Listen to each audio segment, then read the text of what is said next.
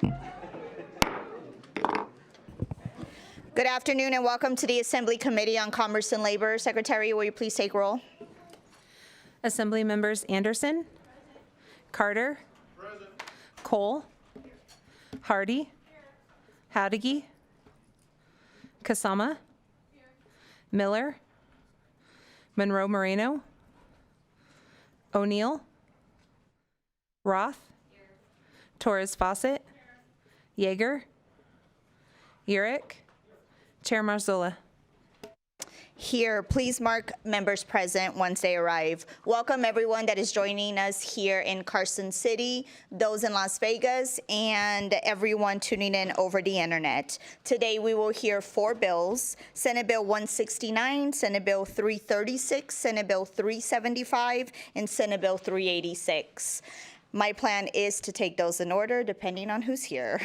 I will also be conducting a work session. I will be conducting the work session at the end. Before we get started, I do have a few housekeeping announcements. Members of the public may provide testimony in various ways, all of which are listed on the agenda. When testifying, please remember to turn on your microphone to speak and off to listen. Also, please remember to state and spell your name for the record. If you have handouts for the committee, please provide 20 copies to the committee secretary. Committee information is available on Nellis, which can be accessed through the legislature's website. You may also watch our meetings through Nellis or the legislature's YouTube channel. Public comment may be submitted in writing, either in addition to or in lieu thereof. Please remember that public comment is limited to 2 minutes per person. As always, I expect courtesy and respect in all our interactions. Finally, please turn off or silence all of your electronic devices, especially your cell phones. And with that, we will move to our first Senate bill. I will now open the hearing on Senate Bill 169. This measure prohibits third-party reservation services platform providers from engaging in certain activities. Welcome, Senator. You may begin when you're ready.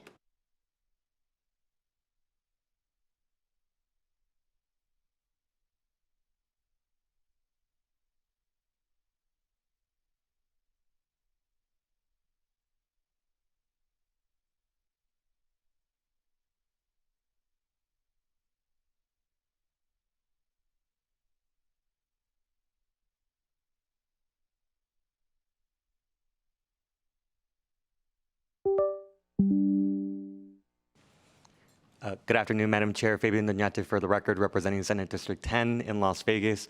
Good afternoon to the committee members today. Today we are here to present on Senate Bill 169. This bill makes various provisions, as we'll talk about in just a few moments. The reason why I believe it's important to my district is, so my district is inclusive of the Las Vegas Strip. It's where a lot of restaurants are located, as some of you may have frequented. And this was brought by a business owner in my district, Golden Steer, as we may have known if you've had the chance to. They're an iconic steakhouse in Las Vegas.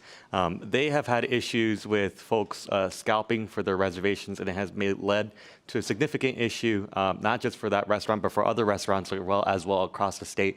And so I'm going to go ahead and turn it over to Mr. Saba to present the contents of the bill, and then we're happy to answer any questions. Good afternoon, Chair Marzola and members of the committee. My name is Peter Saba, S-A-B as in Bravo A, and I serve as the Senior Government Affairs Manager for the Nevada Restaurant Association. Thank you for the opportunity to present Senate Bill 169, a bill designed to protect Nevada businesses, consumers, from the fast-growing and deeply exploited practice, reservation scalping. Across Nevada, unauthorized third-party platforms, often powered by bots, are hoarding reservations at in-demand restaurants and reselling them online for $80, $200, and sometimes over $1,000 just to get in the door. None of that money goes to the businesses. Customers believe they're booking directly, but instead, they're being charged for something that was supposed to be free. Businesses are left with empty tables, lost revenue, and no way to contact the actual guests because the reservation is under the scalper's name and not the diner's. This is more than an inconvenience. It's a deceptive practice that exploits limited availability, misleads consumers, and undermines legitimate business operations. SB 169 is designed to stop these bad actors and restore transparency, control, and fairness to Nevada's businesses and the customers they serve. Here's a screenshot of Appointment Trader, one of the primary platforms scalping reservations right here in Nevada. Take a look at marketplace volume. In just 24 hours, over $19,000 in reservations were purchased. Over the past 12 months, that number jumps to over 7 million. You'll notice Golden Steer, Carbone, and Delilah are almost always in the top 3. These are some of the most in-demand restaurants in Las Vegas, and that's exactly why they become popular targets for scalpers. Here's a snapshot of the kind of pricing we're talking about. On March 14th, a reservation for Golden Steer was being sold for $730 just to get into the door. Not for food, not for upgrades, just to sit at the table. Nick McMillan, the restaurant's co-CEO, testified in our first hearing. We discovered one account in our system that had booked 40 to 50 dinner reservations across 5 weeks, all for resale. This isn't about occasional rescheduling, it's a business model built on profiting from access and not service. Let's take a closer look at the scalper profit from just Golden Steer alone. Appointment Trader recorded over 543,000 page views for Golden Steer reservations. With an average bid on slow days and high days between 105 and 126, if even 5% of those views converted into bids, scalpers would generate over $514,000. At 10%, that number climbs to over 1 million, just off a single restaurant. As Nick McMillan testified, we're not a partner in this. We were never contacted, we never gave permission, yet they're monetizing our tables every day. Scalpers have turned restaurant reservations into a multi-million-dollar unregulated marketplace, leaving Nevada businesses and their customers to deal with these consequences. The issue doesn't stop at restaurants. It started with public services. According to the founder of Appointment Trader himself, this platform was created after he couldn't get a DMV appointment in Las Vegas. So he built a system to grab those public slots and then resell them. A free public service intended to be accessible to all was suddenly turned into a pay-to-play system. Residents looking to renew a license or register a vehicle now have to compete with scalpers who are flipping DMV appointments for profit. That was the beginning, and now the same extraction model, built on scarcity and deception, has moved into our restaurants and small businesses. This isn't innovation, it's exploitation across both the public and private sectors. This is not an isolated incident. As of the last 90 days of this screenshot, at least 19 Nevada restaurants have been targeted on Appointment Trader alone. Some of them saw only 1 or 2 trades, others were hit dozens of times. Again, from Nick's firsthand experience, we started seeing a pattern, parties showing up under one name, and someone else was dining. We had no allergy info, no contact details, and when no one showed up, we had no way to fill that table. The guest experience suffers, operations break down, and the restaurant bears the cost. SB 169 creates 3 straightforward protections for Nevada businesses and consumers. Third-party platforms must have explicit written permission before listing reservations for any business. Unauthorized listings and misleading reservation sales are now classified as deceptive trade practices enforceable by the Attorney General's office. Platforms offering personal, non-transferable, free reservations that share customer info and honor opt-out requests are not subject to this regulation. This bill does not interfere with how restaurants operate, it does not restrict personal reservations, and it does not penalize good faith innovation. It simply ensures that if a platform wants to profit off someone else's reservation system, they need permission. Reservation scalping is a direct threat to Nevada businesses and consumers. It leads to empty tables, frustrated guests, and a system where access is sold to the highest bidder without the restaurant's consent. As Nick McMillan from Golden Steer testified, this isn't something we opted into, it just appeared. And now we're left dealing with no-shows, confusion, and frustrated guests. SB 169 sets clear boundaries, it puts control back where it belongs in the hands of the businesses. It protects customers from deceptive listings, and it ensures scalpers can't profit from systems they don't own or operate. This is a common sense measure that restores fairness, transparency, and accountability to the reservation systems across Nevada. Thank you. Ready for questions? Well, thank you for your presentation in bringing this bill forward. I do have to say, when I was reading this bill, I did not even know this was a thing, right? Yes, there are certain restaurants you named that is very hard to get into. I would have never thought that these reservations were being bought. So before I ask the committee for some clarification, so we're not talking about platforms like Open Table. Is that correct? Fabian Onyate for the record, that's correct, Chair. So the bill explicitly says that that's a different type of platform where, of course, the restaurant would be consenting. This is without the restaurant's consent, right? So someone profiting off of reservations, booking them under a different name and so forth. So that's correct. Thank you. And in one of your slides, you have Appointment Trader. Is that the name of the so-called company that is selling these reservations? And if so, are they the only ones? Thank you, Madam Chair. Fabian Onyate for the record. That's one of the third-party reservation platforms that is probably most prominently known that has been reported nationally, but there are other competitors, but that's the main one. Thank you for that clarification. Committee members, are there any questions? Assemblymember Kasama. Thank you, Chair. As a person that tried to get into Golden Stair and it took me 4 months to get in there, I think this is a great bill, and I think it is really important that we stop these bad actors, because it's okay if it's 4 months to get in there because it's just such high demand, but if reservations are being taken off the market just to try and game it and make a profit, I think this is just great, and I can see how the restaurants would be frustrated with this. So thank you for bringing this bill. Any additional questions? I don't see any. I do have to say I've never been to the Golden Stair, so I may have to change that. And with that, we will move to testimony in support of Senate Bill 169.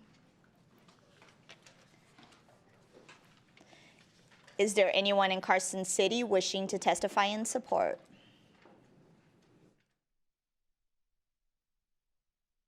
Hello. Please remember to state and spell your name for the record. You may begin when you're ready. Thank you, and good afternoon, Chair and members of the committee. For the record, Trevor Parrish, P-A-R-R-I-S-H, with the Vegas Chamber. The Chamber is in support of SB 169, as third-party reservation scalping has a severe negative impact on a restaurant's ability to operate and to their branding. SB 169 is another tool to help protect Nevada businesses and consumers. We'd like to thank the bill sponsor for bringing this forward, and we thank you for your support. Thank you. Good afternoon, Madam Chair, members of the committee. Chelsea Capurro here on behalf of MGM Resorts. We want to thank the sponsor as well for bringing this. We're in full support and urge the committee to support as well. Thanks. Thank you for your testimony. Is there anyone else in Carson City wishing to testify in support? I don't see anyone. Is there anyone in Las Vegas wishing to testify in support of Senate Bill 169? Broadcast, is there anyone on the line? Chair, the public lines are open and working. We have no callers for support at this time. We will move to testimony in opposition of Senate Bill 169. Is there anyone in Carson City wishing to testify in opposition? I don't see anyone. Is there anyone in Las Vegas wishing to testify in opposition? Broadcast, is there anyone on the line? Chair, we have no callers for opposition at this time. Thank you. We will move to neutral testimony. Is there anyone in Carson City wishing to testify in neutral? You may begin when you're ready. Hello, Chair, committee members. Sean Sever from the Nevada DMV. We are neutral on SB 169, but we are happy that they added us to the bill. It's nice to see that the DMV is up there with all the top restaurants in Las Vegas. But the answer is don't wait until the last minute to renew, and renew your driver's license and registration online. It's super easy. So thanks for your time today. I feel that was a total plug for the DMV. But we appreciate your neutral testimony. Is there anyone else in Carson City wishing to testify in neutral? I don't see anyone. Is there anyone in Las Vegas wishing to testify in neutral? Broadcast, is there anyone on the line? Chair, we have no callers for neutral. Thank you. And I will now close the hearing on Senate Bill 169. I will now open a hearing on Senate Bill 336. This measure establishes provisions relating to portable benefit accounts.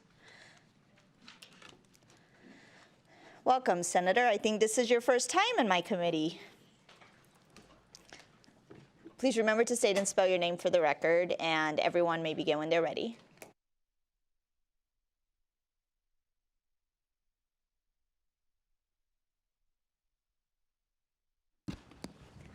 Good afternoon, Chair Marzella and members of the committee. My name is Lori Rogich, L-O-R-I-R-O-G-I-C-H, representing Nevada State Senate District 11, which is in the southwest area of Las Vegas. Thank you for the opportunity to speak today about the importance of portable benefit accounts for independent contractors. The purpose of this legislation is to address the growing need for accessible benefits among independent workers. These individuals, who include freelancers, gig workers, and self-employed professionals, represent a dynamic and essential segment of our economy. Yet they are often overlooked in the sense of access to the benefits and protections that traditional employees enjoy. Portable benefit accounts offer a solution by allowing these independent contractors to access and maintain essential benefits such as health insurance and retirement savings, regardless of job changes. This would provide them with the much-needed security and peace of mind. I would like to take this moment to thank Assembly Member Ruben De Silva for joining me as co-sponsor for SB 336. I am very humbled to stand side by side with him on this legislation. Also with me today is Wiz Rosard. He is a Deputy State Director of Americans for Prosperity of Nevada. I am also honored to have with me former Senator Maurice Washington. As many of you know, Senator Washington proudly served 16 years in our legislature representing District 2, which is in northern Nevada. Northern Nevada. Joining us by Zoom is Dr. Leah Palagashvili, who is a Senior Research Fellow and Director of the Labor Policy Project at the Mercatus Center of George Mason University. Also with us is Austin Bannon. He is the Employment Policy Fellow at Americans for Prosperity. And we also have Noah Lang. Mr. Lang is the co-founder and CEO of Stride Health, which has helped over 3 million gig workers and self-employed individuals access coverage. And so with that, I'm going to hand it over to Mr. Rosard. Thank you. And thank you, Chair. This is Wiz Rosard, W-I-Z-R-O-U-Z-A-R-D, Deputy State Director with Americans for Prosperity. I thank the Senator for definitely being a champion and leading this. We actually, as a grassroots organization, heard from the community during COVID where healthcare became the top priority. Unfortunately, with the independent contractor sector growing in our state, there's a lot of individuals who had that gap that wasn't being served. So we're very thankful that we were able to find a bill model that's been working throughout the country and looking forward to making Nevada another state. But this is the first time that we're building upon something like this. I'll pass it over to former Senator and now our legislative liaison, Maurice Washington, to kind of talk about his involvement in trying to drive certain vehicles like SB 336 in the past. Thank you, Madam Chair. To the members of the committee, good afternoon. My name is Maurice Washington, W-A-S-H-I-N-G-T-O-N. Difficult word to spell. But I thank you for the opportunity to my colleague. I represent AFP, Americans for Prosperity, as their legislative liaison. And I just wanted to testify on behalf of SB 336, being one that had the opportunity to present benefit packages for the first time several years ago. I introduced a bill, SB 420, that allowed real estate owner or independent real estate consultants to be able to take their pool of funds and begin to put together a benefit package called HSA, Health Savings Accounts. This bill here is the next iteration in that process of allowing independent contractors, sole proprietors, those that work in the gig economy to actually enter into the health market and other benefits for themselves, and maybe having their contractor or their to provide to these benefits. But I will say this, that as we progress, this is a good piece of legislation, good policy, and it allows our economy to continue to grow. Next, we have Dr. Leah.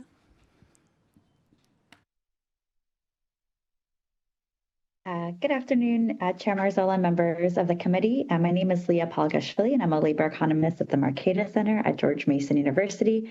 And before joining Marquetas, I was a professor of economics at State University of New York, and I've been researching self-employment and portable benefit solutions for the last decade.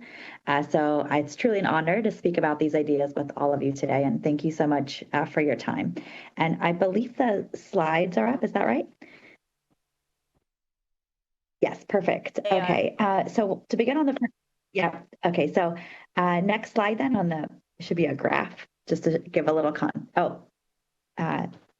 yeah, perfect. Thank you so much.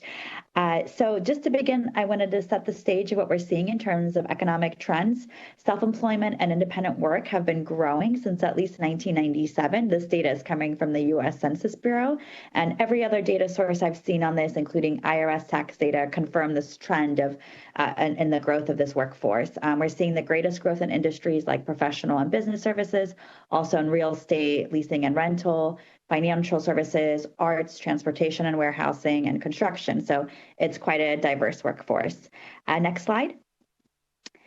Now, here's the interesting bit. The vast majority of these self-employed workers, 81% of them, want to be in these self-employment arrangements, and only 8.2% expressed a desire to change this arrangement. So this work arrangement is working for the vast majority of self-employed workers. This data comes from the U.S. Bureau of Labor Statistics. And what we find from surveys across every single survey I've looked at is that for some workers, they either require or really value kind of complete work autonomy and flexibility in these self-employment arrangements. Sometimes these are moms who have dependent care obligations or other personal circumstances to make traditional W-2 employment either challenging or outright impossible. And for many other workers, self-employment is a form of supplemental income to help them meet their financial needs. And these individuals might have regular 9 to 5 p.m. W-2 jobs. And after that, they might turn on their delivery platform app or do some freelancing projects after work hours in order to make more money. Next slide. Now, at the same time, the biggest downside for self-employed workers in terms of what they report is that they do not have access to traditional safety nets or benefits. And here's where the concept of portable benefits comes in. Portable benefits are those that are tied to the worker rather than through a company. So for many of us who are W-2 employees, all of our benefits are tied to our jobs. But for self-employed workers who have many different clients or organizations that they work with at any given time, the concept of benefits tied to jobs doesn't make sense. So indeed, we actually see in survey research that 81% of self-employed workers express a strong desire to access portable benefits accounts. So just to summarize the last two slides, the vast majority of self-employed workers want to be in those work arrangements and don't want to be W-2 workers, but instead they strongly desire access to portable benefits. Next slide. And actually, before I go into detail about portable benefits, I just want to take a moment and highlight self-employment in Nevada.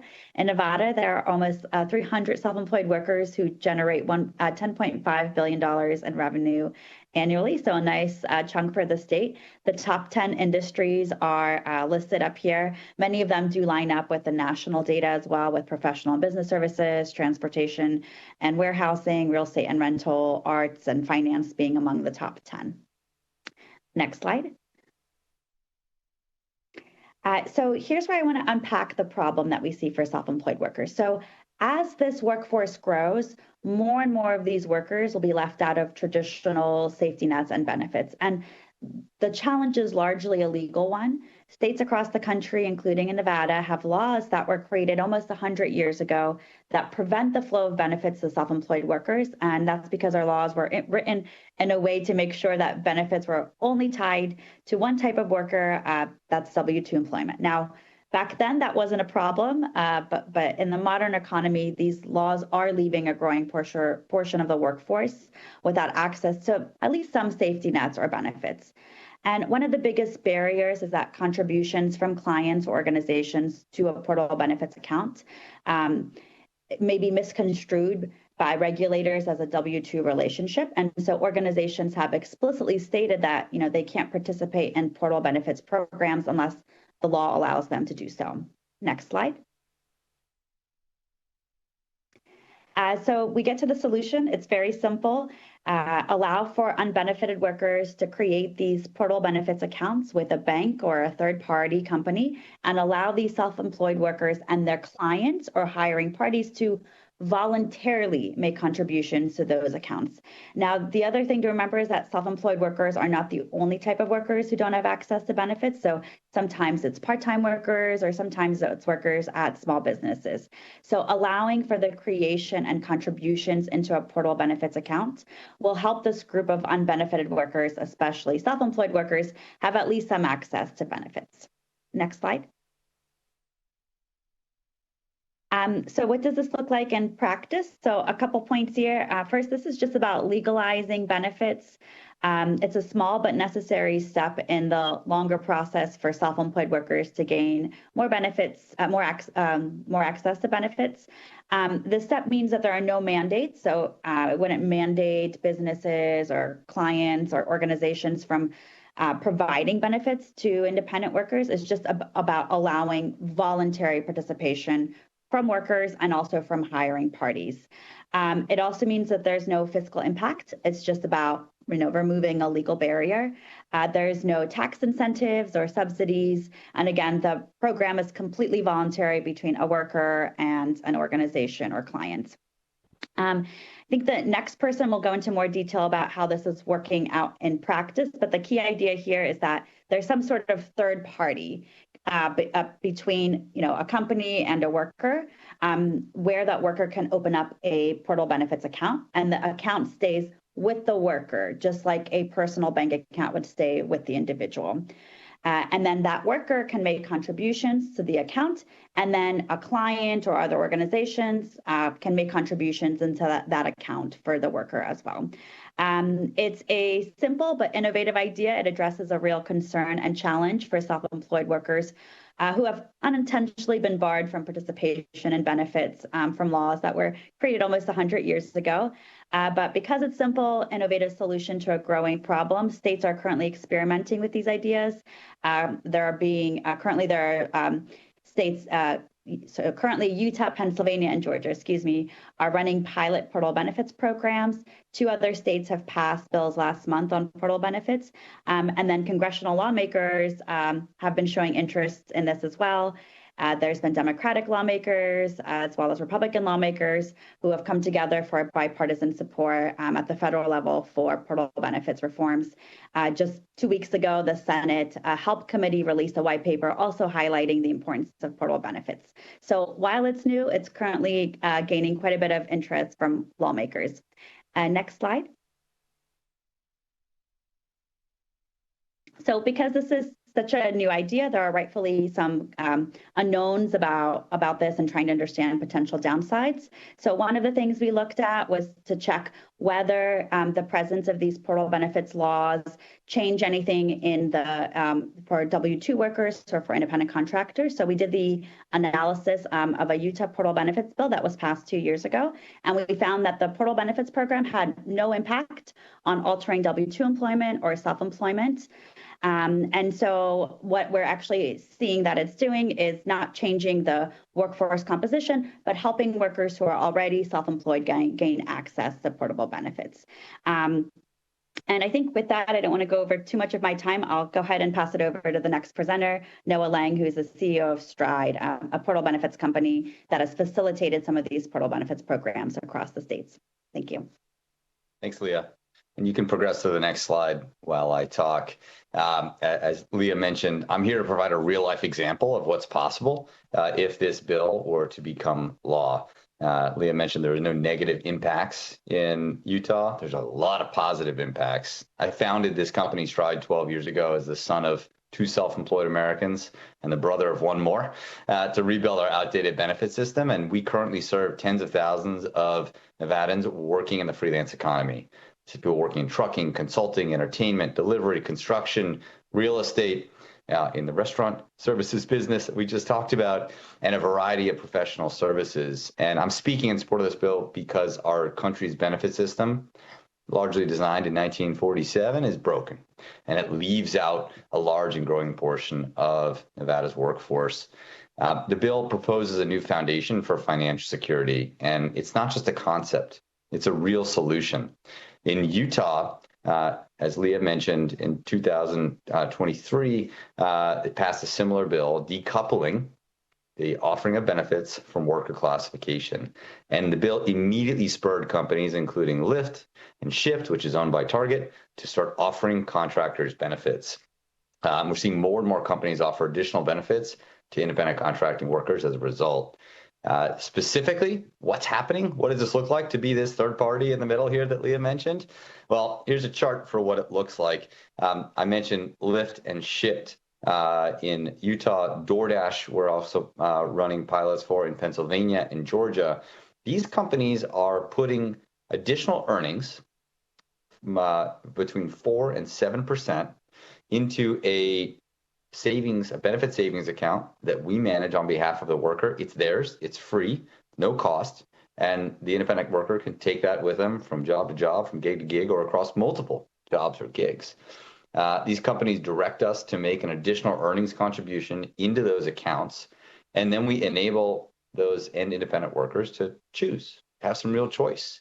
If they want to allocate those portable benefits contributions into health insurance or health spending, or they'd rather put it towards emergency savings or retirement, or just save for PTO because no one else is saving for PTO for them, they can make that decision. Stride sits in the middle here, delivering that end experience to the end worker, facilitating the benefits administration for these companies. And this is a live, breathing, existing ecosystem that can be flipped on in the state of Nevada should this law pass. And I think the key message I want to leave everyone with here today is that this unleashes innovation that accretes to workers earning more, delivering or earning additional benefits, and really fundamentally improving the financial security of Nevadans. And this is not about making more people independent contractors. It's about those people who are independent contractors today and ensuring they have a way to receive benefits. I think there might be one more slide, a quick peek at the fact that it is working. Workers are actually receiving these funds in the states that I just mentioned, Utah, Pennsylvania, Georgia, and they're saving them. They're not just spending them. They're allocating them towards long-term financial security vehicles that are going to be there when they need them. And those funds that are being spent to cure short-term financial gaps are being spent on things like urgent care and hospital bills for their children or for their family.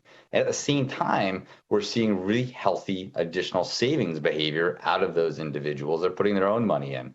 Over 1 in 10 are contributing personal funds and creating stronger savings habits for this increasingly independent workforce that build long-term financial resiliency. Lori Rogish for the record. Thank you, Mr. Lang. Next is Austin Brannon. Hi. Thank you, Madam Chairwoman and members of the committee. This is a great opportunity to speak with you. I'm Austin Bannon, Employment Policy Fellow at Americans for Prosperity. After Leah and Noah did a great job of conceptualizing what this legislation looks like, I'm just going to do a quick run through of the 5 short sections and then allow everyone to proceed with other questions. First, Section 1 merely indicates where the statutes will be revised by this legislation. Next, Section 2 provides authorization for self-employed workers to open and contribute to these new portable benefits accounts we're talking about. And it clarifies who is eligible for the distributions. So it's not just the account holder, but also spouses, domestic partners, children, and other dependents of the account holder. Next, Section 3 clarifies that such a benefit will be administered by a bank, a credit union, or an investment manager directly, or through a program provider or a program that offers an account through these financial institutions, similar to what Noah was describing with his business. And then it clarifies what we can contribute towards. This includes paying for health insurance, for prescriptions, for medical expenses, including out-of-pocket expenses, for life insurance, for individual retirement accounts, as well as income replacement insurance. Next, Section 4 provides authorization for business clients of self-employed workers to provide compensation into the portable benefits accounts that are otherwise opened, owned, and operated by the self-employed workers themselves. Section 4 also clarifies that workers can authorize and contract that a certain percentage of the earnings they would have, their compensation, could be distributed towards these, and they have the ability to opt in or out of that at their own will at any time. And then additionally, wanted to note that this was something that Labor Commissioner Harris worked on as well. There was an amendment made. Section 4 maintains current statute on worker classification, aside from clarifying that a contribution made to a portable benefit account is insufficient to support any determination by the Labor Commissioner as to whether or not a holder of this account should be classified as an employee. The Commissioner would require 3 additional findings in determining a proper classification of a worker as an employee or independent contractor, should any considerations be taken into benefits provided through this law. And then finally, Section 5 just indicates that the start date for this legislation, if it were to become law, would be July 1st of this year, 2025. Thank you, and I'll remain available with everyone else to answer any questions. Thank you. Thank you, Chair Marzola. We're available for questions. Thank you. Thank you, Senator, and to all your speakers. And for the presentation, we will start with Assemblymember Carter. Thank you. I come from the construction industry, and you all mentioned construction quite a bit. And it's a well-known fact that 1099 independent contractors are used in that industry and a lot of other industries to cheat employees out of their rights under hard-fought labor laws. And what I'm wondering is why are we crippling the Labor Commissioner in going after these bad actors that exploit working men and women and classify them as 1099 employees, which there's no such thing, in order to cheat them out of unemployment. The federal government had to come in and correct that during the pandemic, and out of Social Security and everything else. Why are we tying the Labor Commissioner's hands? Lori Rugish for the record. Thank you, Assemblymember Carter. I'm going to pass this to Mr. Rosard to answer. Wiz Rosard, Deputy State Director with American for Prosperity. Greatly appreciate that question. When we started this bill in the Senate, that was a question that was raised, and we worked very diligently with Labor Commissioner to ensure that, exactly as you said it, that her ability to ensure that misclassifications were not being prompted was not restricted. Actually, the amendment as proposed was one that the Labor Commissioner wrote herself, and she felt that this was good enough to not only allow innovation to welcome itself in the state of Nevada, but to ensure that she actually has the resources and the flexibility to go after those bad actors. And Leah, if you want to add on that for Utah, it kind of dealt with the same questions prior to their bill being passed and was able to address that. And there's some surveys, studies that shows that the market hasn't changed, nor has the behavior as your concerns lay out has increased. Hello, Leah Polgashvili. So that's a great question. There were some other concerns in Utah and in other states that we worked with, but as I showed in the data, the portal benefits program actually does not lead to more workers being reclassified as independent contractors. It doesn't lead to more independent contractors, and it doesn't reduce the W-2, the number of W-2 workers in those states. And in theory, you could run this portal benefits bill along a stronger classification bill for construction workers or for the state altogether. So nothing in this bill prevents true misclassification from being addressed. And as was pointed out, we worked very closely with the Labor Commissioner to make sure, that the Labor Commissioner had all the resources and the flexibility needed to address true and real misclassification when it does occur.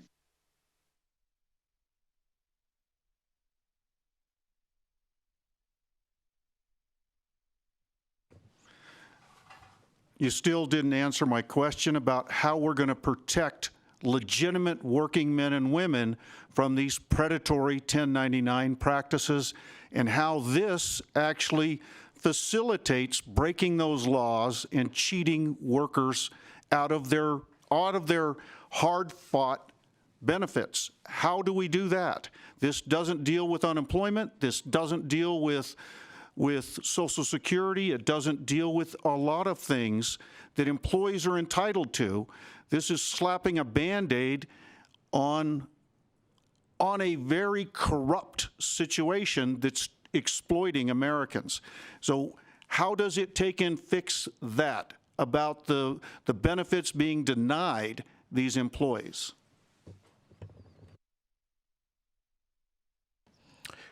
Wiz Rizar, Deputy State Director with the American for Prosperity. I got Leah here who wants to respond to that question. Go ahead and defer to her. You can begin. Thank you so much. And that's again a great question and great point. I think the way you would address that is by having a stronger misclassification and worker classification laws and enforcement. So Nevada has an ABC test for worker classification, which is one of the strongest that you can have in the country. I think if there are still issues of true misclassification, lawmakers can bring those bills up forward. Like I said, you can run a portal benefits bill alongside with a stronger worker classification bill, especially in construction or in other industries where this is happening. And this bill is for workers who are properly classified as independent contractors. That's the way it's written. So think about a freelance writer who's been a freelance writer for the last 30 years. No one would consider her misclassified as an employee. Think about other workers where there's a clear standard that they are self-employed and independent workers. Maybe they work, and that's what they've been doing. It's their business. So, they're in business for themselves. They set up a business like that. So again, this bill is for properly classified independent contractors and properly classified self-employed workers. And I understand the concern about true misclassification. I think if lawmakers wanted to address true misclassification, they could run a bill that strengthens the worker classification tests or increase enforcement in those. And as I mentioned, according to my knowledge, Nevada has the ABC test for worker classification, which is the strictest in the country on the standard. It's what California does, Massachusetts, and other states as well. Assemblymember Torres Fawcett. Thank you, Chair, and thank you for the presentation. Is there anything I don't see anything in this legislation right now that prevents these portable benefit accounts from charging a cost? And so is that a consideration, or where is there any type of prevention from ensuring that these funds actually go to that contractor and follow them over time? And at what point do those funds then expire? Lori Rogish for the record. Chair, may I speak? Thank you, Assembly Torres. I'm going to actually refer to Mr. Lang to answer this question, please. Absolutely, happy to. I actually, regarding the expiration of funds, I'll start with that. They don't expire. The way we've implemented these programs in other states is by making the accounts free. The delivery of those accounts is funded by the companies who are making those contributions. We've built this on top of an existing ecosystem of financial services, which, by the way, the cost to deliver them has gone down quite a bit over the last 5 to 10 years. It's easier, it's cheaper than ever to go deliver that underlying benefit savings account to the end individual. And then there's no expiration of those funds. Chair, thank you. And so what I didn't hear in that response then was whether or not there was anything to ensure that they weren't charged a significant surcharge in order to receive these funds. What is the cost? Like, who is essentially paying for this service? I'll let the senator speak to the specifics of the bill. I don't believe that we have gotten specific around the actual costs in this bill. We're simply Can you please state your name every time that you answer a question? I apologize. I'm Noah Lang. I'm a CEO and co-founder of Stride. I was saying in the bill, I don't believe we got into the specifics of the cost. We simply the bill creates the opportunity for companies to make the decision to contribute or deliver these benefits, and for workers to receive them. It is all optional. It is all voluntary. In the way that we've activated these in other places, kind of the best way to think about it would be it operates like a very simple, low cost or no cost in this case, bank account. Again, this is a low cost experience. I don't believe we've actually detailed that in the bill, but that's how we've been able to deliver these in the existing states that have portal benefits programs. Thank you. And a quick follow-up to that. I do appreciate that answer, but I don't see anything in this legislation that provides any consumer protection, and I'm concerned for workers that would then opt to go this way without any protections in statute, that one, the funds don't expire, as you stated, Mr. Lang, but then additionally making sure that it's very clear in this legislation, like what type of fees can be charged and where those fees would be incurred. Because right now I don't see this in here, and that's concerning for me because I think this mainly impacts low-wage workers. Thank you. If I could just respond with one more comment. This is Noah Lang again, CEO and co-founder. Sorry to interrupt you, Senator, if you're about to speak. I believe that this bill has been articulated such that it's attached to existing industries that are regulated in the ways that you've described. So a bank can provide this service, and a bank is regulated against certain types of fee structures. So that's how I believe the bill has been written and envisioned. So it's not a lack of, it's just simply riding on top of existing regulatory infrastructure and restrictions. Good. Thank you for your response. And before I go to another committee member, Mr. Lang, you kept stating it is a low cost or no cost. So is it either one or the other, or is it both? Can you clarify? My apologies. I'll state my name again. Noah Lang, CEO and co-founder of Stride. It is no cost. Thank you. Assemblymember Kasama. Thank you, Chair, and thank you for bringing this bill. I think it's a good bill because we do see, our workforce changing, and we want them to have the same opportunities. My question is, how does this interface with federal taxation? So if you deduct as an independent contractor here, and are you able to deduct that on your expenses for your small one-employer business? And is that a deduction on your federal tax return? And then if you pull the money out of the savings account, is it not taxed, or is it ordinary income?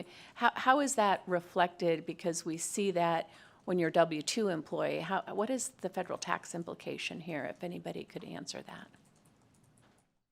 Lori Rogish for the record. Chair, may I speak directly? Assemblymember Kasama, thank you so much. I'm going to ask Leah to answer that question, please. Thank you, Senator Rogic. I think Noah Lang, if it's okay, might have it sounds like he wants to answer this question because I think he works with some of the self-employed workers who've asked this same question. So if it's okay, I would defer to Noah Lang first.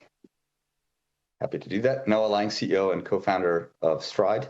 The way that this bill is constructed, and similar bills in other states, these contributions, if you get an additional 4 or 7% of earnings into a portal benefits account, they are treated as taxable income.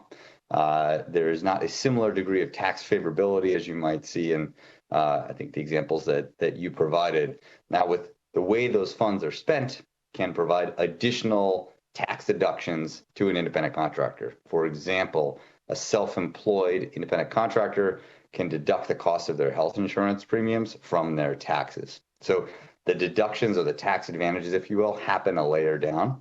I will note the state of Alabama has gone one step further and made it such that the contributions from companies are tax deductible, and the receipt of those contributions by a worker are also tax advantage or tax deductible to that end worker. But there's a different federal tax schedule that we also help guide independent contractors through so that they can maximize their tax deductions and gain some degree of equivalency, if you will, as a business of one. Follow-up, Chair? I didn't see in the bill, unless I missed it here, are there any caps on the total amount that can be contributed? No. Okay. Was Razar, Deputy State Director with American for Prosperity. Through your chair to Assemblymember Kasama. Currently, there is You can go direct. Thank you. Currently, there is no cap And that's because independent contractors, of course, vary in terms of where they believe these type of voluntary contributions would garner based on what they value in their personal life. What we'll say is we're going to continuously keep working, as we are doing with other states, in monitoring the implementation of this type of new economic vehicle for an emerging industry throughout our country, particularly in the state of Nevada. And we look forward to continuously working on reforms to ensure that independent contractors, sole proprietors are, one, not taken advantage of, but number two, can access the benefits that puts them in the best driver's seat for their future. Great, thank you. Committee members, any additional questions? Assemblymember Cole. Thank you, Chair, and thank you for bringing this bill. I think this is really exciting. So my question is in Section 4, where we're giving the opportunity for the person who contracts for the services to contribute money into this account, rather than, the money flows from the person who contracts to the contractor and then they do it on their own. So I guess my question is, why are we setting it up this way? Is there, a particular thing you were trying to solve, like a problem you were trying to solve? And I'm assuming that if somebody does it this way, it's still going to be taxable income to the contractor, I would assume. Thank you. Lori Rogish for the record. Chair Marzola, directly. Thank you, Assemblymember Cole. Noah, would you like to answer that question, please? I believe Mr. Bannon wants to answer. Oh, he wants to. Okay. I have to look up at the screen. So. Hi, Austin Bannon, Employment Policy Fellow with Americans for Prosperity, and I do welcome you, Noah, to speak to it as well. So although Section 4 clarifies that businesses could put money towards this as a form of compensation, Section 2 clarifies that individuals that open these accounts also have that ability. So it's really to create a seamless experience for the workers if they wish to have it come from compensation that they're earning, or have a business pay towards that, just like you would put money towards a bank account, sort of pay out to it. So that's just allow a user experience both directions. But individuals can actually contribute to their own accounts if that's a preferred mechanism to do so. This is Noah Lang, CEO and co-founder of Stride. I'll just hop in to complement what Austin said and add that the primary objective of creating a separate and distinct account is so that these funds are earmarked for specific financial security-driven benefits like health coverage, dental and vision and life coverage, retirement, emergency savings, rather than being dropped into, say, the independent contractor's checking account. It provides a degree of direction, and we're seeing that play out in these pilots that have been driven in other states, is that the funds are being allocated towards the right sets of things. Thank you. I appreciate those answers. I'm not sure quite touched on what I was trying to get to. Maybe I didn't ask the question right. So I'm just wondering why there's two options, why the person who contracts, so the client, why the client can contribute in, if that helps the contractor in some way, why that's just being an option. Does that make sense? Sorry, would you?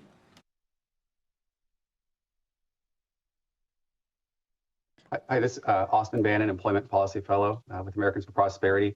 Part of that, this was referenced a bit in the presentation, but those who are self-employed may have multiple sources of income. And so if they're doing work for many different people or entities and they're taking income in, they have that ability to decide what amounts they're going to put in. So it gives them some usability across that versus others. They may find a certain client that they're working with where there's enough of an opportunity where it makes sense for them to actually have compensation go directly towards one of these accounts. So it really just depends because of the variety of people that are across different industries that work as self-employed workers, what their experience is like. This sort of allows the flexibility that essentially makes this accessible to all who are self-employed, not just select entities. Committee members, any additional questions?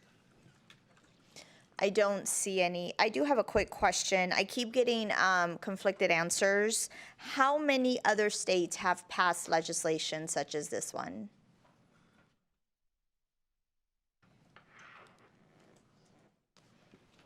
Anyone can answer. Leah Palagashvili, Marqueta Center. 3 other states have currently passed it. 2 states are doing pilot programs that are approved, that have been approved by the governor, and I think they're getting ready for legislation as well. So in both of the states where the governor has approved these programs, looks like there's some pending legislation there, but 3 states so far have passed it.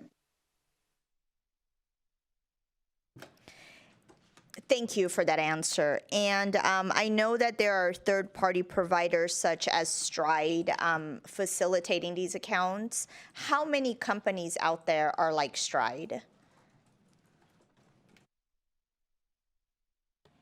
Not many. Wiz Razar, Deputy State Director with American for Prosperity, to the chair. This is such a new idea that what we anticipate in the way the bill's written is we anticipate there's going to be more businesses coming into this play. Stride is one of the first to really work out the kinks and is continuously doing the work. And so much like anything, when you're first to market, like Uber was, it attracts a lot more innovation and ideas and competition. And we suspect that that would be the case pretty fast in the state of Nevada. Thank you for your response. Madam Chair. Go ahead. Madam Chair. Oh. Maurice Washington down here. Thank you, Madam Chair. Just to add to the conversation, I will say this, that as we worked on health savings accounts, the same questions were populated and did proliferate. We tried to address those questions, but over time, those questions subsided. Classification, whether or not we're infringing on somebody else, whether there was going to be cost or deductions. As you can see, over the long term, health savings accounts not only have proliferated and have been accessible to many other people, this would be the same way as well as we continue to progress, giving people flexibility and opportunities to put together benefit packages that make sense for themselves and their families. So as we've already got the example in the state with these accounts, this is just another opportunity to expand these accounts to employees and employers. If I may jump in and add a little bit more, Noah Lang, CEO and co-founder of Stride. Beyond my quick comment, what we're seeing is, one, I think this bill has been architected as such to invite additional entities like banks, like insurance providers, and like HSA providers. We're seeing an analogous shift in the benefit system for employees under a new federal construct called individual coverage HRAs, whereby individual full-time employed folks working typically at small and medium-sized businesses can receive a defined contribution in an HRA to spend on their health coverage. That has driven a massive expansion of companies, traditional benefits administrators, upstart benefits administrators coming into that space to compete to deliver the best experience for employers and their employees. While I have been chipping away at this problem for 12 years at this point, you are starting to see, and we are starting to see, additional companies enter this space to go and build a better experience for the individual. So this is a wave of innovation. It will create jobs, it will create better outcomes for workers. And I think with this kind of shift across the country towards opening up more avenues for benefits delivery, we're seeing a lot more innovation in that space. Thank you. And Mr. Lang, who pays for your fees if they want to open up an account with Stride? So in the examples that I provided, we actually charge the companies or the client, as was mentioned, a fee for administering their benefits, just like you might see in the traditional benefits administration space. So companies like DoorDash and Lyft and Target, through their entity Shipt, they pay us to manage this on behalf of the independent contractors. Thank you. Committee members, any additional questions? I don't see any, so I'll give you a couple seconds to step back. And I will move to testimony in support of Senate Bill 336.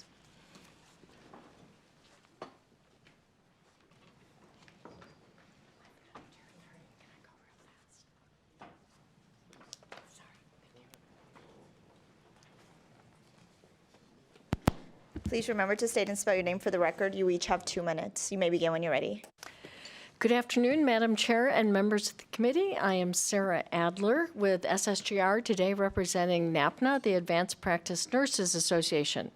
And if you have the opportunity to travel in rural Nevada, you will see APRNs as primary care providers set up as their own individual small businesses. And I believe this opportunity would be beneficial to many of them. So NAPNA is in support. Thank you. Good afternoon, Madam Chair. For the record, Trey Abney, T-R-A-Y-A-B-N-E-Y, here today representing the job creators and small business owners of NFIB Nevada. Very quickly, we appreciate this bill, appreciate the sponsor bringing it forward. Just another option for independent business owners and independent contractors. It's voluntary, provides flexibility, and allows them to set aside money for their own retirement if they like to. So thank you very much. Good afternoon, Chair Marzola and members of the committee. For the record, my name is Nick Schneider, Director of Government Affairs for the Vegas Chamber. The Chamber is in support of SB 336 as it supports independent workers by providing access to a dedicated savings mechanism. It further provides businesses with a flexible way to support those independent contractors while establishing those clear safeguards regarding employee classification per the adopted amendment. Thank you so much for your time and consideration. Eddie Diaz, E-D-D-I-E-D-I-A-Z. Chair Marzola and members of the committee. My name is Eddie Diaz. I am the Strategic Director for the Libre Initiative Nevada, one of the largest Latino organizations dedicated to empowering the Hispanic community in Nevada and across the nation. On behalf of the Libre Initiative, I'm here to express my strong support for SB 336, a forward-thinking bill that authorizes the creation of portable benefit accounts for sole proprietors and independent contractors in Nevada. As our workforce continues to evolve, more Nevadans, especially within the Latino community, are engaging in freelance, gig, and self-employed work. From rideshare drivers and construction workers to domestic laborers and entrepreneurs, many Latinos are building their livelihoods through independent work. However, they often do so without access to critical benefits like health insurance, paid leave, or retirement savings. SB 336 creates a pathway to economic stability for these workers by allowing them to build portable benefit accounts that they own and control, benefits that follow them regardless of who they're working for or where they work. This legislation helps bridge the gap in our current system, giving dignity and protection to the hardworking people who power our state's economy. Importantly, the bill ensures that contributions to these accounts will not affect a worker's classification, which protects the independence of freelancers while still offering them greater support. For Latino workers in particular who are overrepresented in industries like hospitality, cleaning services, delivery, and construction, this bill offers a meaningful step forward toward economic inclusion and empowerment. I respectfully urge this committee to vote in favor of SB 336. Let's recognize and support the modern workforce and ensure that all Nevadans have the opportunity to thrive no matter how they work. Thank you. Good afternoon, Madam Chair and committee members. For the record, my name is Laura Nowlan, N-O-W-L-A-N, and I'm a small business owner. And when you first start your business, a lot of times you will start as a 1099, a contractor, in order for you to build. This is a great start for our community. I'm begging you guys to please at least push this benefit out to the small business community so that way we can continue to thrive. Thank you. Thank you, Chair. Good afternoon, committee members. My name is Dr. Howell Shaw, S-H-A-W. I represent myself in this case, and as I hear this bill, I'm just struck by, you know, this is America. This is what America is founded upon. People that have that pioneering spirit to go out and do those things that no one has ever done before. And to help them on that quest, having these kinds of mechanisms to help them to guarantee their future would be very, very helpful for not only innovation, but for actually making America great again. So thank you very much. Aaron Bossack from Henderson, Nevada. I urge you to pass SB 336 because right now, without these type of portable benefits. A lot of workers don't have access to things, well, they're on their own for health insurance and retirement plans and unemployment insurance.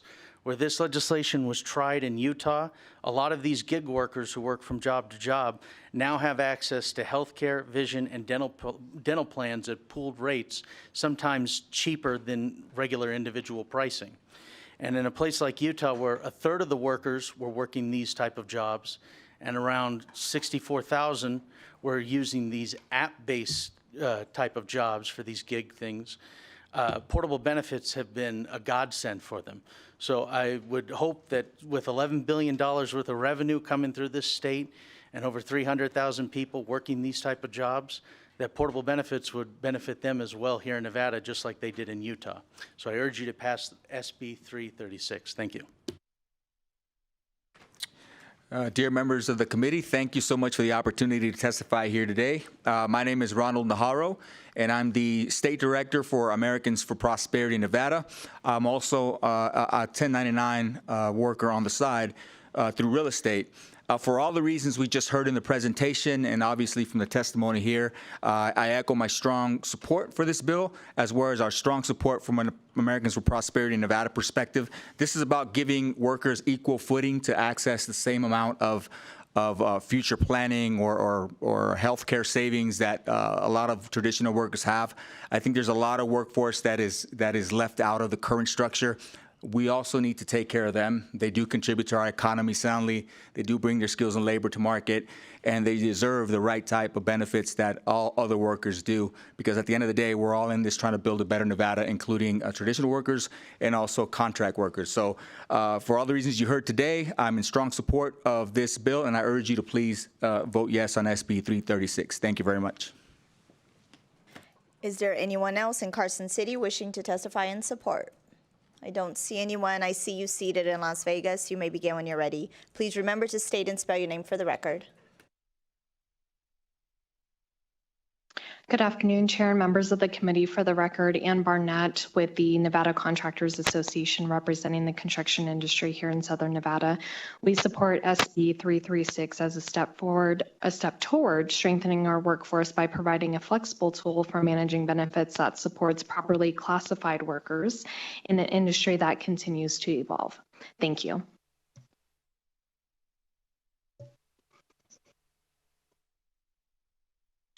Good afternoon, Madam Chair Marzola and members of the Assembly Committee on Commerce and Labor.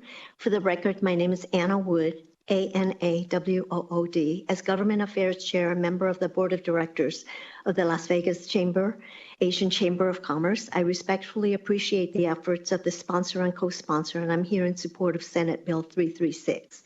As we celebrate Asian American Pacific Heritage Month, it is important and appropriate that we honor entrepreneurs, independent contractors, many of whom in Nevada are AAPI members of the Asian Chamber of Commerce and deserve to have portable benefit accounts that will cover benefits, health insurance, and retirement for years to come.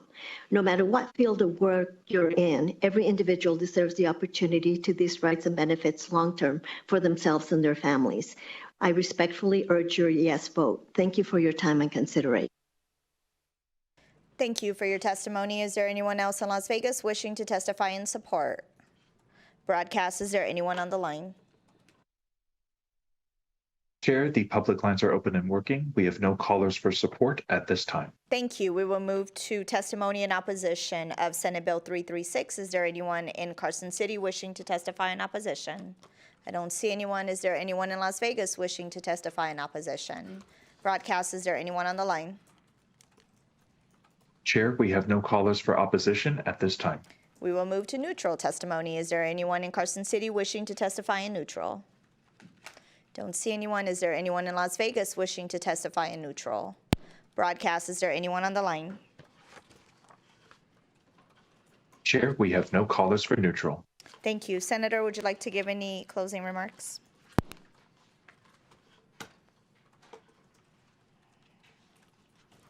Thank you, Chair. Lori Rogish for the record. Just wanted to say thank you so much for taking your time and consideration of this bill. It's important to a lot of folks, and we've worked very hard with the Labor Commissioner trying to address many of the concerns that were raised today. So thank you again. Thank you. I will now close the hearing on Senate Bill 336. I will now open the hearing on Senate Bill 375. This measure revises provisions relating to credit unions. Welcome, Senator Pazina. You may begin when you're ready.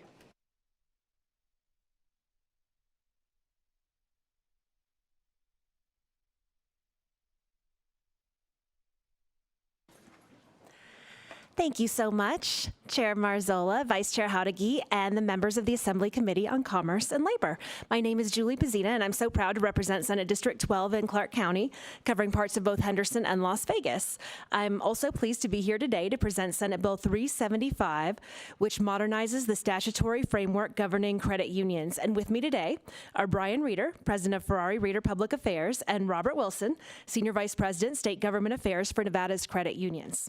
Some background information on this bill. Credit unions are not-for-profit, member-owned financial cooperatives that provide a range of financial services to their members. As such, credit unions reinvest their revenue in their members by providing lower interest rates, higher yields, and even member dividends. This cooperative structure allows credit unions to focus on serving the financial needs of their members, often offering more personalized and community-oriented services.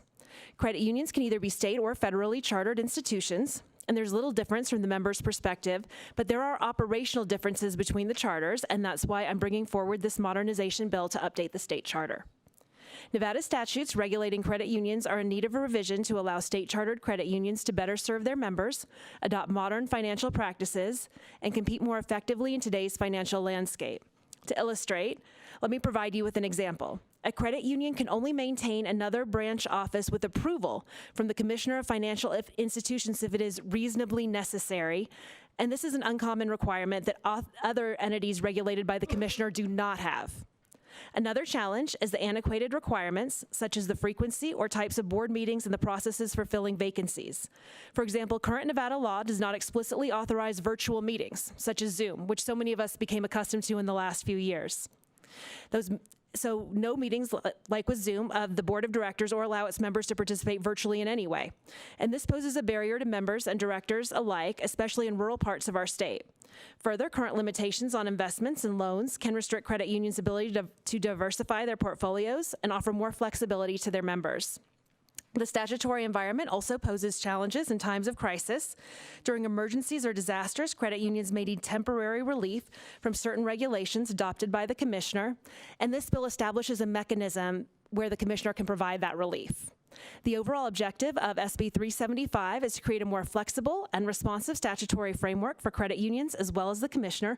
I'm going to hand it over to Brian Reeder and Robert Wilson, and then I'd be happy to run through the key sections of the bill if you'd like, and I leave that at your discretion. Thank you so much.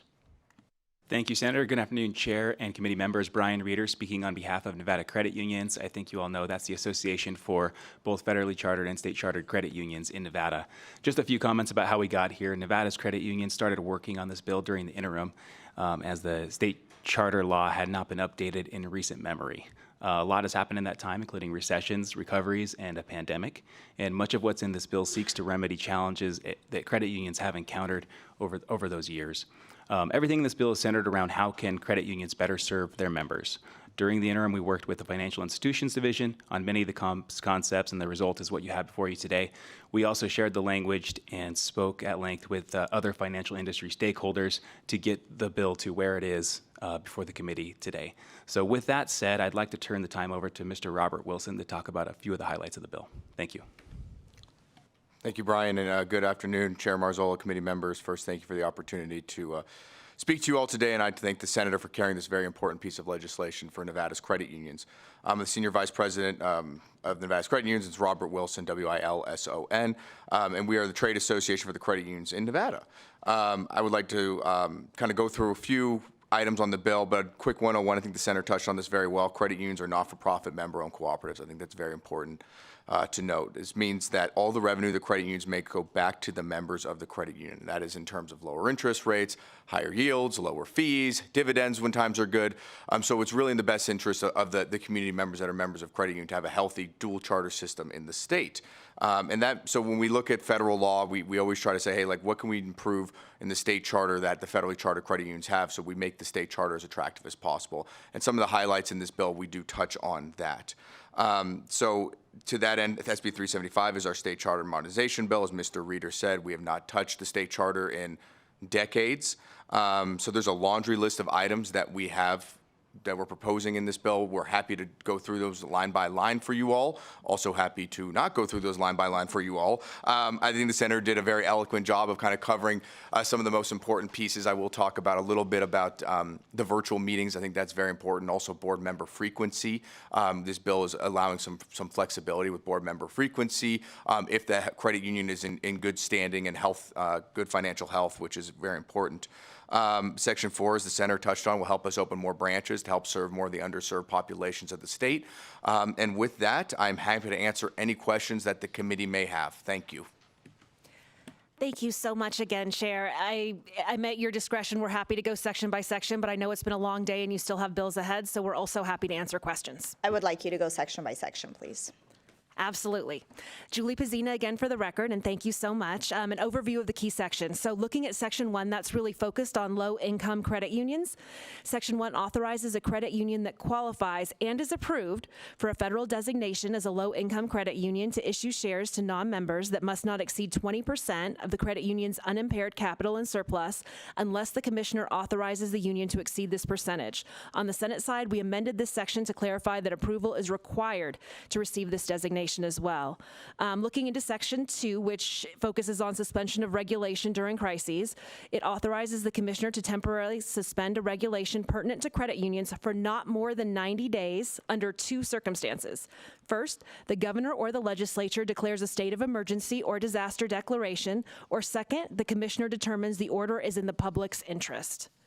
The commissioner can extend the order only once for another 90 days and must provide written notice and a copy of any such order to any credit union under the commissioner's authority. Section 15 exempts any such order from the requirements of the Nevada Administrative Procedure Act. Looking into Section 3, that's in regards to an application to organize a credit union. An application must be submitted to the Secretary of State that also establishes the par value of the shares. Section 3 reduces the par value of the shares from $5 to $1 or some multiple thereof. And additionally, Section 9 authorizes the credit union's bylaws to specify a dollar amount for the par value of a share or require the par value of a share to be determined from time to time by resolution of the Board of Directors. And I will say I learned a lot carrying this bill. Section 4, governance of credit unions. Section 4 requires the commissioner to approve or deny any application to open an additional office other than a credit union's main office within 60 days after receipt of such an application and removes the current requirement that maintaining an additional office must be reasonably necessary. Section 5 authorizes the board to fill vacancies of a credit union's board of directors for the remainder of the unexpired term, and the amendments on the Senate side removed a provision that the board shall also fill vacancies in the credit and audit committees, which was an unnecessary reference. Regarding board meetings, Section 6 requires the board of directors to meet not less than 6 times during each calendar year, including at least once during each quarter. The commissioner may require the board to meet more frequently to address matters relating to an examination. Further, Section 6 authorizes the board to conduct meetings through certain electronic means, and similarly, Section 10 allows credit union members to participate in such virtual board meetings as well. Finally, Section 7 allows the board of directors to appoint officers, directors, or credit union employees to act as membership officers. And then that brings us to Section 8, which is focused on credit union membership. Currently, membership in a credit union requires a person to pay an entrance fee and subscribe for 1 or more shares and pay the initial installment. Section 8 authorizes a credit union to pay such an entrance fee, cost of shares, or initial installment for a prospective member under certain circumstances if such a promotion is equally available to any prospective member. Section 11 removes specific requirements relating to the regular reserves of a credit union and instead requires a credit union to comply with certain federal regulations applicable to federally insured state-chartered credit unions. If a credit union is privately insured, it must give notice or seek the commissioner's approval in the same ways as a federally insured credit union or those approved by the National Credit Union Administration. Additionally, this section requires each credit union to establish special reserves and authorizes the board of directors to have a reserve account exceeding the minimum requirements. Section 12 revises certain loan-making requirements and authorizes a non-member to participate in an obligation or extension of credit to a member under certain circumstances. Section 13 add certain municipal bonds issued by a public entity outside of the state to the list of permissible investments, and the amendment removed a provision authorizing the commissioner to allow a credit union to make other investments upon request. And finally, Section 14 removes certain limitations on a credit union regarding investing in fixed assets and authorizes a credit union to purchase, hold, and dispose of property necessary or incidental to the credit union's operations in compliance with certain federal regulations. And to echo Brian Reeder's comments as well, we worked very closely with banking as well to make sure that we were in a good place, provided those amendments prior to the bill making its way to the Assembly. And with that, we stand ready for questions. Thank you. Thank you so much, Senator, for going through the bill. Committee members, are there any questions? Assemblymember Cole. Thank you for going through that. That was probably the best summary I've heard. So well done. And thank you, Chair. So my question is in Section 1, when we're talking about the low-income credit union and the ability to issue shares not exceeding 20% of the unimpaired capital. I guess my question is, in what circumstance would that be something that you would want to do? And then do those non-member shareholders have voting rights? Thank you.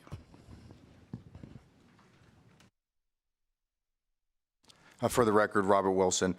So in the instance where the credit union would want to do that is when they're trying to help serve the underserved. So the low-income designation is when over 50% of your membership is below a certain asset, or a certain, that's not asset threshold, excuse me, a certain threshold of earnings for the median area there. So that's why a credit union would want to bring in some non-members that could help meet that qualification. As in terms of voting rights, no, they would not. They'd have to become members in that instance. Thank you. And Julie Pazina for the record, and I did actually want to give credit to the amazing Patrick Ashton, policy advisor, who helped tremendously with these comments, so he gets all of the credit. Committee members, any additional questions? I don't see any, so if you want to take a step back, please. We will begin with support testimony of Senate Bill 375. Is there anyone in Carson City wishing to testify in support? I don't see anyone walking up. Is there anyone in Las Vegas wishing to testify in support of Senate Bill 375? Broadcast, is there anyone on the line? Thank you, Chair. There are no callers at this time. Thank you. We will move to testimony in opposition of Senate Bill 375. Is there anyone in Carson City wishing to testify in opposition? I don't see anyone. Is there anyone in Las Vegas wishing to testify in opposition? Broadcast, is there anyone on the line? Chair, there are no callers for opposition at this time. Thank you. We will move to neutral testimony. Is there anyone in Carson City wishing to testify in neutral? I don't see anyone. Is there anyone in Las Vegas? Please remember to state and spell your name for the record. Good afternoon. Sandy O'Loughlin, Commissioner for the Financial Institutions Division. That's SANDY OLAUGHLIN. I did work with the stakeholders on this bill, and they did put a lot of work into it. Just wanted you to know I was in neutral. Thank you. Is there anyone else in Las Vegas? Broadcast, is there anyone on the line wishing to testify in neutral? Thank you, Chair. There are no callers at this time. Thank you. Senator, would you like to give any closing remarks? I will now close the hearing on Senate Bill 375.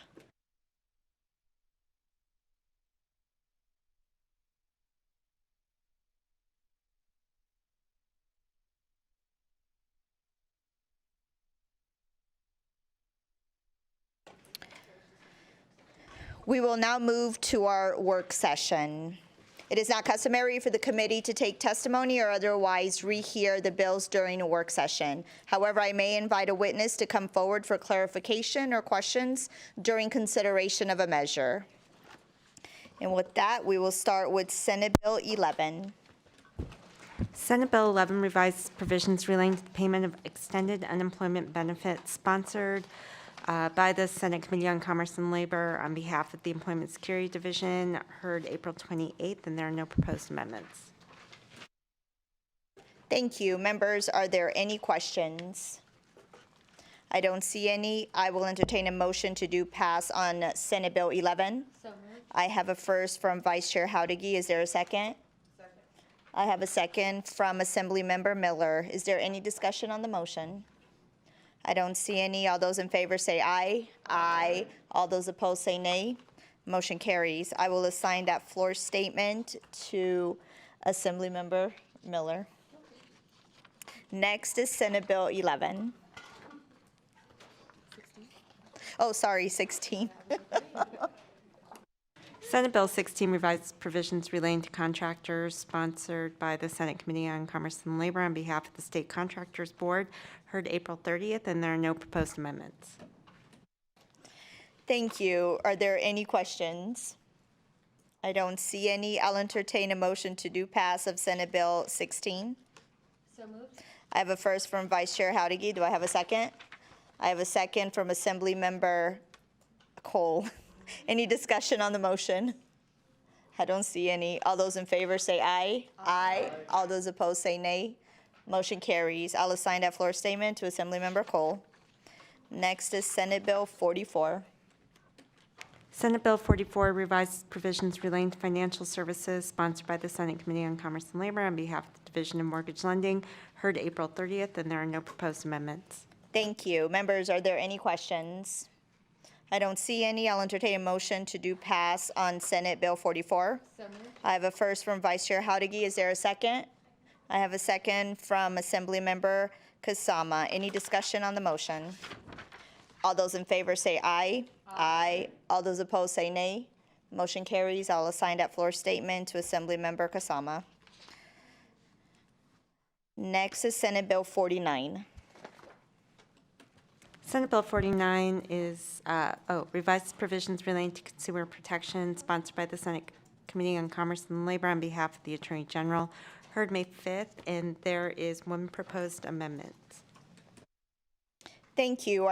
Members, are there any questions? I don't see any. I'll entertain a motion to amend and do pass on Senate Bill 49. So moved. I have a first from Vice Chair Howdiggy. Is there a second? Second from Assemblymember Monroe Moreno. Any discussion on the motion? All those in favor say aye. Aye. All those opposed say nay. Motion carries. I'll assign that floor statement to Assemblymember Anderson. Next is Senate Bill 97. Senate Bill 97 makes revisions to the Silver State Health Insurance Exchange, sponsored by the Commerce and Labor Committee on behalf of the Joint Interim Standing Committee on Health and Human Services, heard on April 28th, and there are no proposed amendments. Thank you. Members, are there any questions? I'll entertain a motion to do pass on Senate Bill 97. So moved. I have a first from Vice Chair Howdiggy. Is there a second? Second. I have a second from Assemblymember Carter. Any discussion on the motion? All those in favor say aye. Aye. All those opposed say nay. Motion carries. I'll assign that floor statement to Assemblymember Carter. Next is Senate Bill 114. Senate Bill 114 revised provisions governing certain landlords, sponsored by Senator Pazina, heard on April 30th, and there are 3 proposed amendments. Thank you. Members, are there any discussion on the motion? I'll entertain a motion to amend and do pass on Senate Bill 114. So moved. I have a first from Vice Chair Howdiggy. Is there a second? I have a second from Assemblymember O'Neill. Any discussion on the motion? All those in favor say aye. Aye. All those opposed say nay. Motion carries. I'll assign a floor statement to Assemblymember O'Neill. Next is Senate Bill 246. Senate Bill 246 revised provisions relating to health insurance coverage for gynecological or obstetrical services, sponsored by Senator Lang, heard April 23rd, and there is 1 proposed amendment. Thank you. Members, are there any questions? I don't see any. I'll entertain a motion to amend and do pass on Senate Bill 246. So moved. I have a first from Vice Chair Howdiggy. Is there a second? Second. I have a second from Assemblymember Carter. Is there any discussion on the motion? Assemblymember Cole. Thank you, Chair. We're going to vote yes on this to get it out of committee, but we're going to reserve our right to be a no on the floor, and it's specifically on the pre-authorization section. Thank you. Thank you. Assemblymember Yurek? Ditto. Thank you. And with that, all those in favor say aye. Aye. All those opposed say nay. Motion carries. I will assign that floor statement to Assembly Member Torres Fawcett. Next is Senate Bill 258. Senate Bill 258 revised provisions relating to industrial insurance, sponsored by Senator Nguyen, heard on May 2nd, and there are 3 proposed amendments.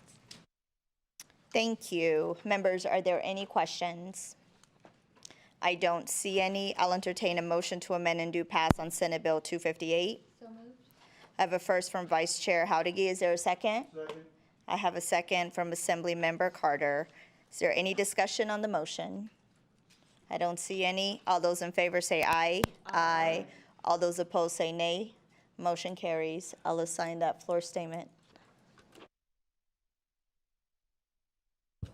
to Assembly Member Roth. Our final work session bill is Senate Bill 439. Senate Bill 439 revised provisions relating to alcoholic beverages, sponsored by the Senate Committee on Commerce and Labor, heard April 28th, and there are no proposed amendments. Thank you. Members, are there any questions? I don't see any. I'll entertain a motion to do pass on Senate Bill 439. So moved. I have a first from Speaker Yeager and a second from Vice Chair Howdigi. Is there any discussion on the motion? I don't see any. All those in favor say aye. Aye. All those opposed say nay. Motion carries. I will assign that floor statement to Vice Chair Howdigi. Thank you. That concludes our work session. I will now open the hearing on Senate Bill 386, which revises provisions relating to massage therapy. Welcome back, Senator. You may begin when you're ready. Thank you so much. Melanie Scheibel, for the record, State Senator for District 9. With your permission, Chair, I would like to turn the presentation over to my incredibly capable and knowledgeable intern, Soraya Bonner, so I can get back down to the Senate Judiciary Committee. If there are any issues while I'm gone, please direct them to Soraya. Bye. Yes, of course. Thank you. Senator Scheibel. Good afternoon, Chair and members of the committee. My name is Soraya Bonner, SORAIABOHNER, and I am Senator Scheibel's intern for this session. Today I will be introducing SB 386, which revises provisions relating to massage therapy. This bill streamlines the licensing process for experienced practitioners from other states, updates the definitions, and makes it easier for the Board of Massage Therapy to operate efficiently. It also strengthens oversight of massage establishments, clarifies rules for temporary licenses, and enhances consumer protections through improved standards and enforcement. SB 386 is largely a cleanup bill aiming to modernize our regulatory framework while maintaining high standards of public health and safety. I will now pass it over to members of the board to give a more in-depth explanation. Thank you. Good afternoon, Chair Marzola and members of the committee. My name is Elizabeth Barnard, ELISABETH. Last name is BARNARD. I am the Executive Director for the Nevada State Board of Massage Therapy. Thank you for hearing this bill this afternoon. I do appreciate it. As Ms. Bonner summarized, this bill is basically a cleanup bill, just gives us a little bit more teeth. And we appreciate the support it has from our sponsors, Senator Scheibel, Daley, Krasner, and Taylor. So the key points of the bill are it allows for an expanded licensure pathway so that as the standards have increased a little bit with entry-level licensure, as people either move from one state to another or maybe let their license lapse and try to come back, they're not left behind. So it'll give us a pathway to allow people to come back into practice. It also adds the application of pressure to the face to the scope of reflexology. It removes the requirement to alternate our public location for our meetings with the advent of Zoom that we adopted quite heavily during COVID. We have not had much attendance at our in-person locations. Pretty much everybody shows up in Zoom. So that just simplifies our world. It does give us the ability to adopt regulations to actually discipline establishment certificate holders, and that will actually help us dovetail better with local business licensing to help support their enforcement efforts. We also currently do have a temporary license. However, it's not very practical. So this makes it an actual usable statute to issue temporary licenses to people who want to come in and work temporarily. Currently, the temporary license mirrors a full license with the exception that they could possibly be pending taking the exam. This actually narrows it down to just basically if they're licensed in another state, they can come in and practice on that license for 90 days after letting us know. And let's see, the next piece is allowing me to sign subpoenas as opposed to just a board member. That will help streamline some of our investigative processes, reduce some turnaround time to get information back from law enforcement. And it also, let's see, the next piece would be Section 10, I believe. We currently require that an individual's license number be on any advertisements. However, when we moved forward with requiring the establishment certificates, it created some confusion. So we would allow either an individual to include their license number if it's just a sole practitioner, or if it's a business that has the full establishment certificate, they could include that on their advertisement. And that just helps with, I guess, public trust so that they know people are doing what they need to do. And there are some other conforming changes in the bill, and I believe I have covered everything. So it's really just an update bill, and we ask for your support, and happy to answer any questions. Does that end your presentation? Okay. Thank you for going through the bill. I appreciate that. Committee members, are there any questions? Assemblymember O'Neill. Thank you, Chair.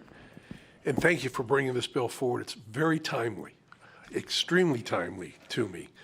And I'd like to put my question to Ms. Bonner, but I don't think it would be fair.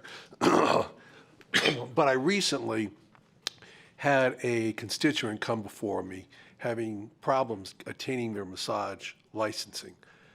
They said they've been a licensed massage therapist in another state for over 10 years.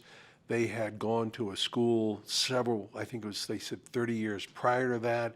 The school had closed down. The state licensing board had, since she had her license for so long, they had cleaned out records, so they did not have the test scores, et cetera, from the training agency. So if that case happens with this passage of the bill, would she be able to practice in Nevada? Thank you for the question. Elizabeth Barnard for the record. Through Chair Marzola to Assemblymember. You can go direct. Okay, thank you. I have spoken with that particular constituent, and I believe this would allow us for that. She has a very unique situation. I will say that up front, but I believe with this passage and possibly some affidavits from her to support her story, just because it is a very unique situation, we may be able to get her licensed.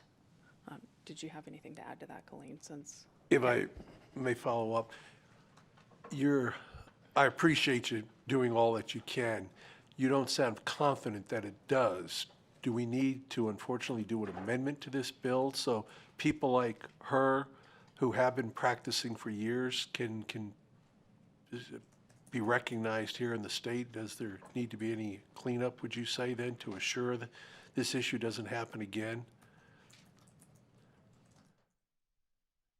Thank you for the question, Assemblymember O'Neill. Elizabeth Barnard for the record. So the concern with trying to move this bill forward and recognize people who maybe have less education is a lot of times we find that some of the bad actors will try to use those loopholes. So we really want to address it on a case-by-case basis in that instance where someone like this person, what we have proof of her education does not meet the requirement, but I believe we can obtain that proof from her. I hesitate to commit to that on the record and tell you without a doubt that we could license her when I don't have that proof from her in front of me. Does that No, and I appreciate that. I'm not asking necessarily about the individual and the individual case, but is there a way that we could tighten this up to address future incidences? If that sounds reasonable, Chair, and I apologize for my follow-up on it, but it just seemed the natural flow.